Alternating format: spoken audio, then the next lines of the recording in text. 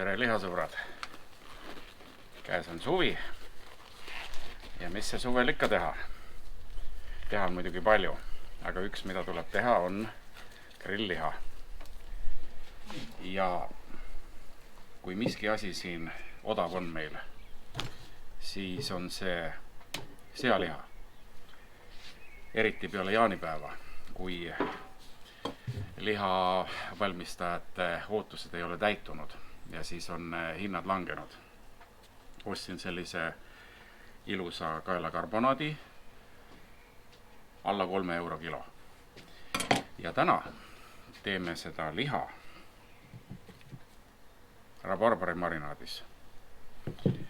Kui ma oma videotes teen vahetevahel asju, mida ma olen mujal näinud, siis selle olen ma tõesti ise välja mõelnud. Ja oli väga hea.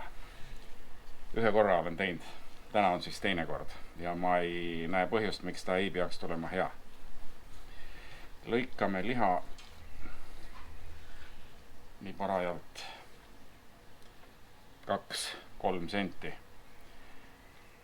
et ei oleks liiga õhukesed.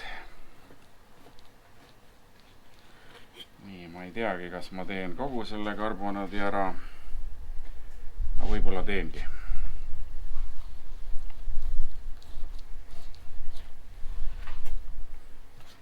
Jaanipäevaks ma ise liha ei teinudki. Tahtsin teha äädika marinaadis šašlõkki. Lihtsalt selline nostalgia, et korra aastas võiks teha.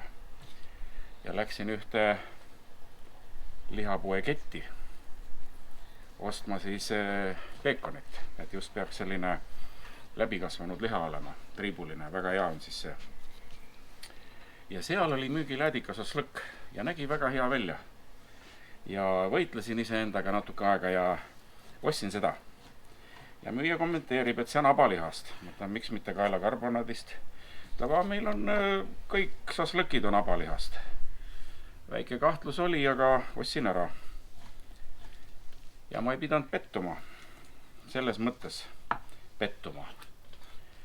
Et ei ole ikka hea see abalihast tehtud. Maitse kõik oli hea. Aga selline liiga taine, puine. Seepärast soovitan soojalt kaelakarbonaadi. Siin on ikka rasva küljes ja nii, viimase lõikasin liblikaks. Ostsin kunagi sellise asja. Siin on sellised terad. Ja käin sellega liha üle. No, põrub siin. No, mis teha? Et see tambib need kiud kõik puruks. Siis on liha pärast pehmem.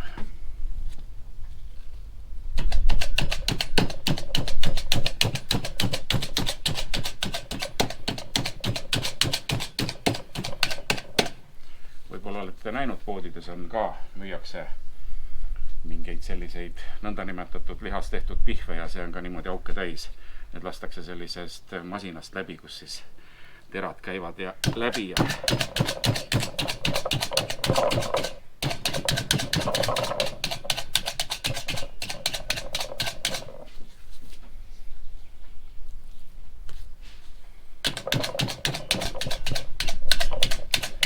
kogu ilmaelu väriseb.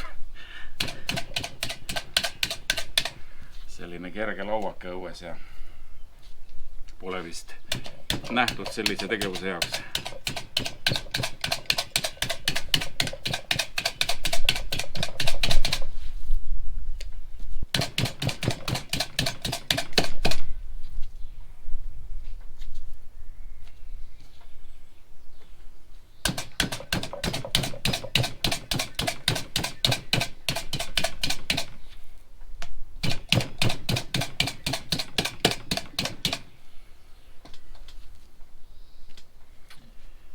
Ja nüüd hakkame maitsestama.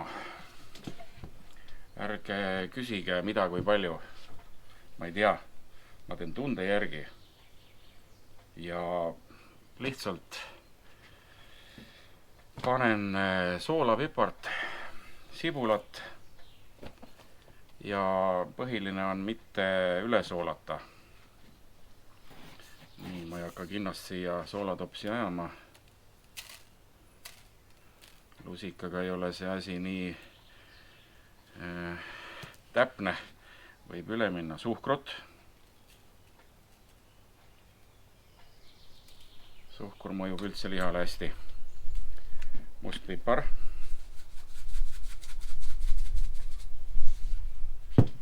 Sibul.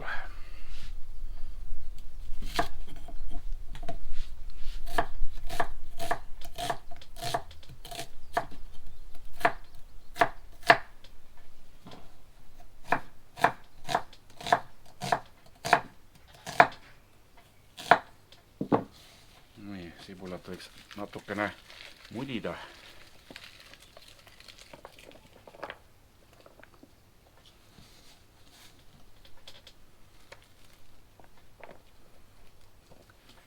Ja järgmine kiht.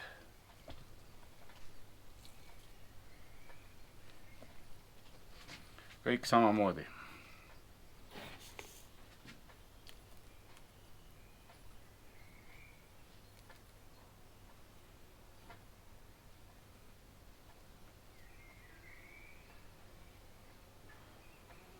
Pärast segan kuni läbi veel.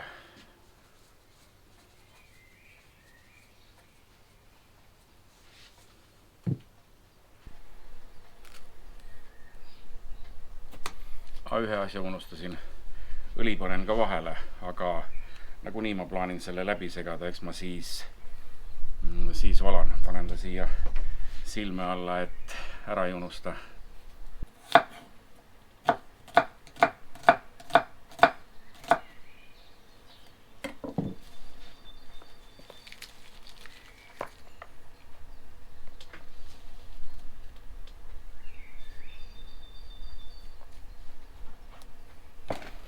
Ja nüüd lisan õli ja proovin läbi segada veel. Karp on natuke väike.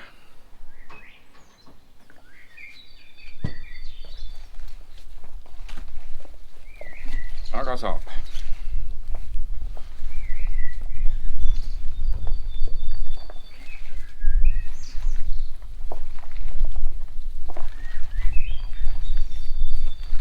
Juba meeldivad aroomid tulevad. Sibula ja pipra ja selline kooslus.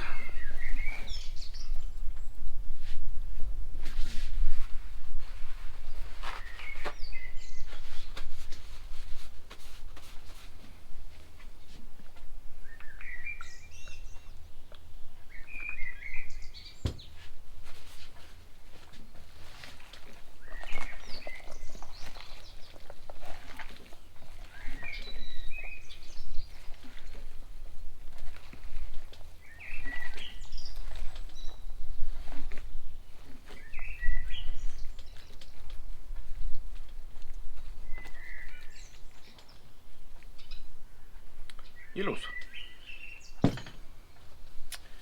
Nüüd võtame ette rabarberi. Ma ei ole teinud niimoodi, et panen rabarberi sinna sisse. Ma olen teinud, kõigepealt võtan rabarberist välja mahla. Selleks kasutan köögikombaini purustajat. Tükeldan rabarberit siia sisse ja lasen mürinal selle pudruks.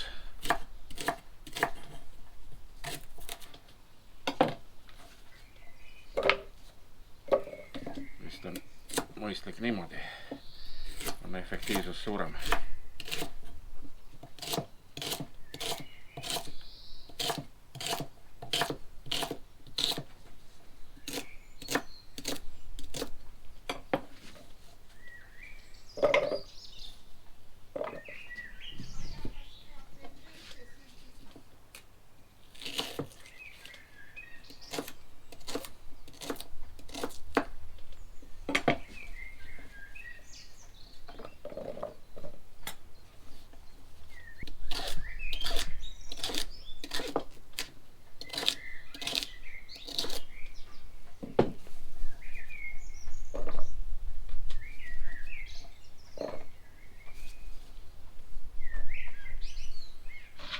vast aitab, üks rabarber jääb üle. Ma lähen käin nüüd köögis, blenderdan selle ära ja tegelikult võiks lasta sellel lihal paar tundi maitsestuda soola, pipra, suhkru, sibulaga ja alles peale seda valada rabarberi mahl peale. Aga mul ei ole täna aega, on igasugu muid tegemisi, ma pean ära minema. Seepärast ma lähen, teen selle mahla valmis ja segan ära.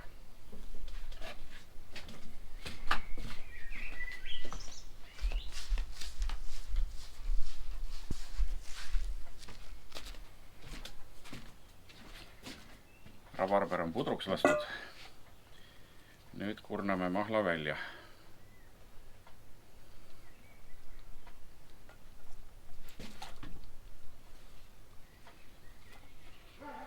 Võib ju ka selle modru otse sinna panna, aga nii jäävad lihatükid ilusamad, puhtamad. Ei ole pärast midagi, mis grillil kärssaks.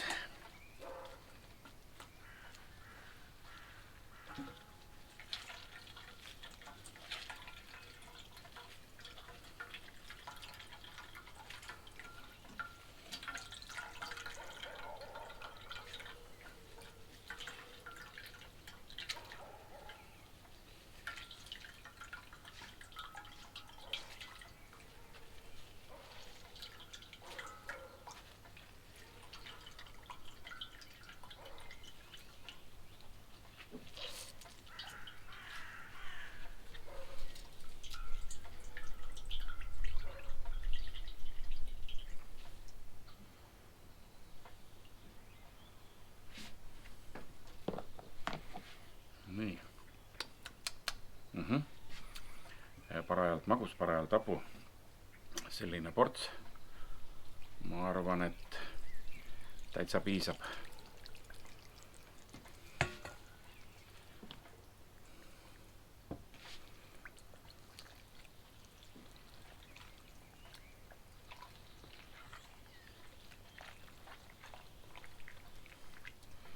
Üldse võiks liha niimoodi vahepeal käia mudimas, masseerimas. See teeb talle ainult head. Ja kui ei taha käsi selle modruga kokku teha, siis võib selle liha üldse marineerida kilekotti ja siis läbi kilekoti teda mudida.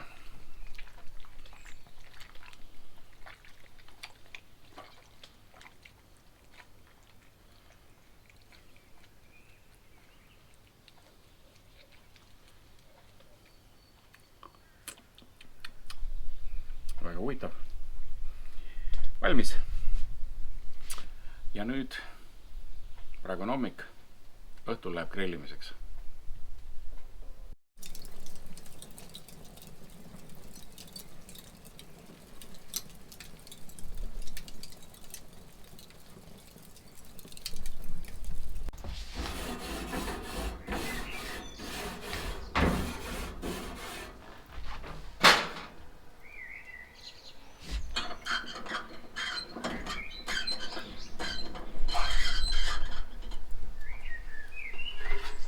Grill on kuum, õhtu käes, hakkame grillima.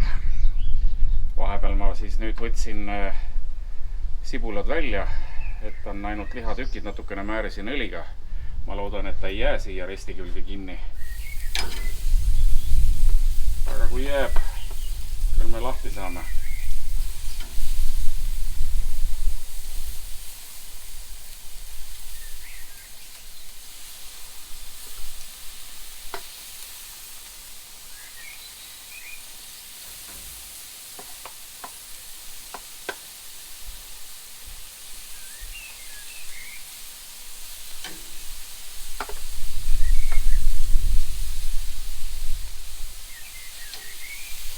Vägev.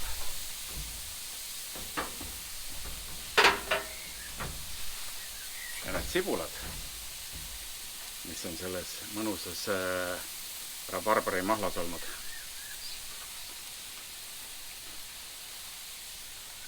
Nüüd ma panen pärast lisandiks liha kõrvale. Aga kui te ei taha või teil on sama probleem aias, mis on meil, ehk on need Hispaania nälkjad, Hispaania, Lusitaania teeteod. Ma korra tegin, jäid need äädikased sibulad üle ja siia samasse aia serva kallasin selle karbi tühjaks. Ja 3 päeva olid teod massiliselt seal peal ja mul oli hea mugav neid sealt kokku korjata. Nii et võib kasutada nälkjate püüdmiseks. Ja 3 päevaga nad pistavad nad pintsli.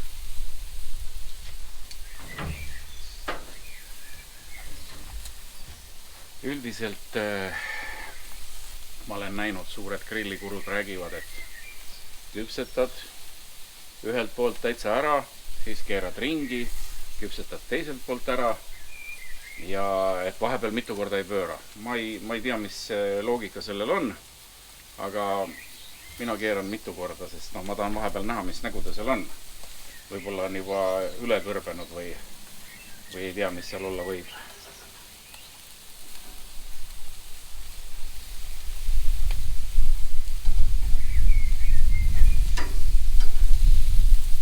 Hästi kergelt on kinni, aga pole hullu.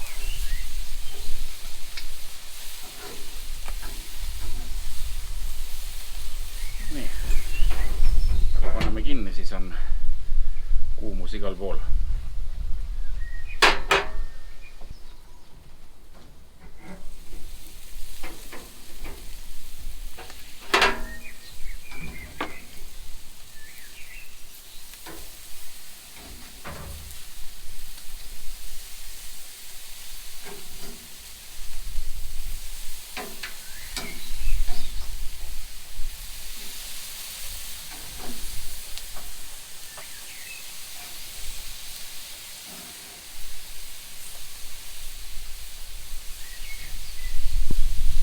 Natukene hoian vahepeal kaant lahti, et saab õhku ja võtab selle kuuma uuesti üles.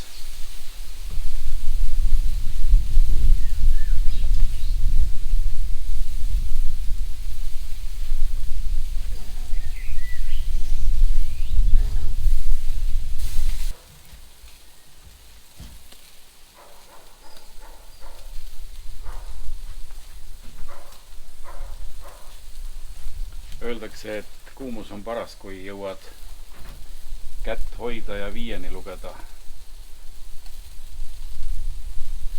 Kui ei jõua, on liiga kuum. Kui jõuad rohkem lugeda, on liiga külm.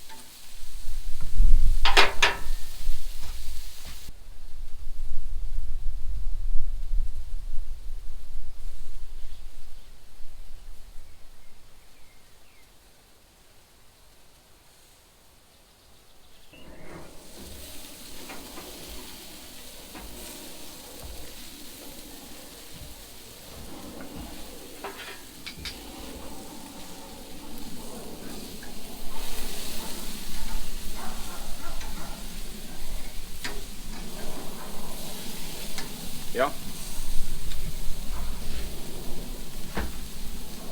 meie lihad on valmis. Vähemalt mulle tundub nii. Panen siia termospotti natukene puhkama.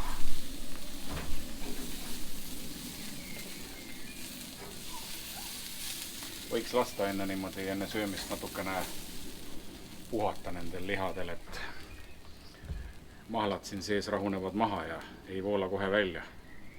Aga mul on siin natuke veel liha, ma grillin need ka ära ja siis hakkame degusteerima.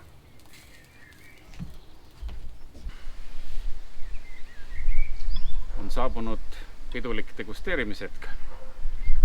Aga enne tahaks ma tänada kõiki, kes on mu jälgijaks hakanud, sest minu tagasihoidlik või mitte nii väga tagasihoidlik isik leidis äramärkimist Maalehes ja Maalehe ajakirjanik just niimoodi leidiski mind, et ta nägi juhuslikult YouTube'is videot, kuidas ma pitsaahju tegin. Ja siis ketras edasi ja helistas ühel päeval mulle ja nii see lugu siia tuli. Aga nüüd, jah, suur tänu, et te olete mu jälgijad ja jälgige edaspidi. Sest mul on selline plaan, et kui ma hakkan siin nüüd jälle kiired ajad mööda saavad, hakkan tegema suitsusinki, siis loosin kõikide jälgijate vahel ühe korraliku käntsusinki. Aga täna maitseme siis üle pika aja taas rabarberi grillliha. Vaatame, kuidas ta mul õnnestus.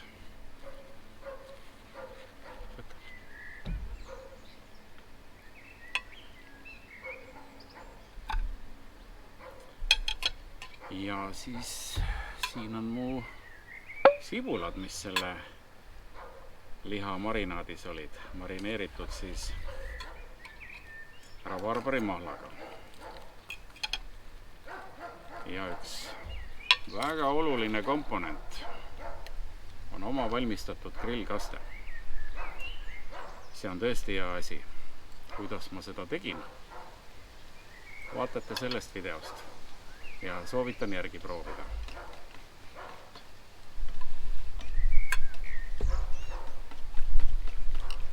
Aga mis siin ikka, nuga sisse ja vaatame.